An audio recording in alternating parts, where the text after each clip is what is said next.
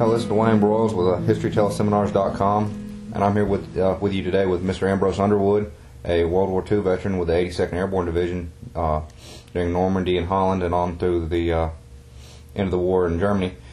And we're just going to have Mr. Ambrose Underwood here tell us his story starting from the beginning till the war's close. Mr. Underwood, how are you doing today? Doing pretty good. Doing pretty good. And you want me to... Just start from where you began. Drafted, enlisted? Well, no, I didn't enlist. I was drafted when I was 18. And, of course, they sent me to Fort Riley, Kansas to a mechanized cavalry. And I had a choice of tanks, jeeps, half-tracks, then big trucks and motorcycles. So I took motorcycles. And in the training of the motorcycles, they were training us to guide convoys. In other words, it would have been a motorcycle MPs. And I probably would have never left the United States if I'd have stayed with it. And some nut comes along and starts the word around, if you'll volunteer and go into the paratroops, you get $50 a month more extra pay, and you'll get better food, and you'll get 3-day passes and all. Of course, that dude lied. There was 85 of us volunteered.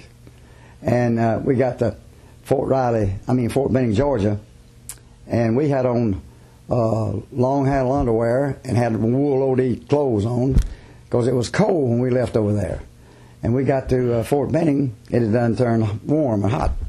And there was a little lieutenant and a sergeant came out, met us at the train station. Excuse me. And he said, I want to see how many of you want to be paratroopers. He said, we're going on a short run. He had on T-shirt and khaki pants, and the sergeant did too.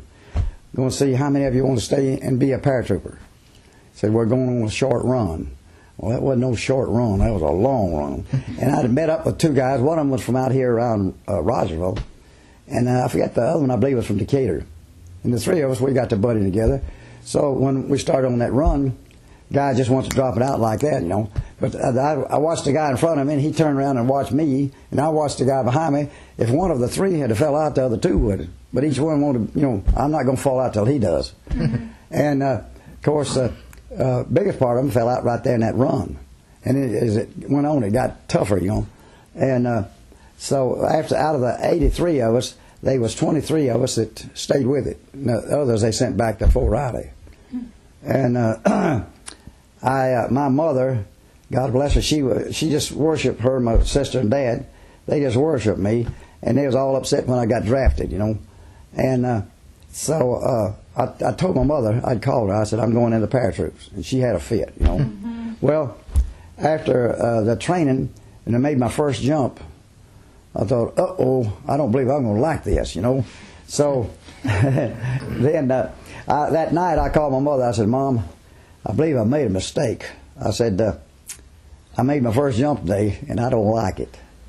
She said, and I thought, well, she'll say, that's okay, son. You just drop out and go back to Fort Riley.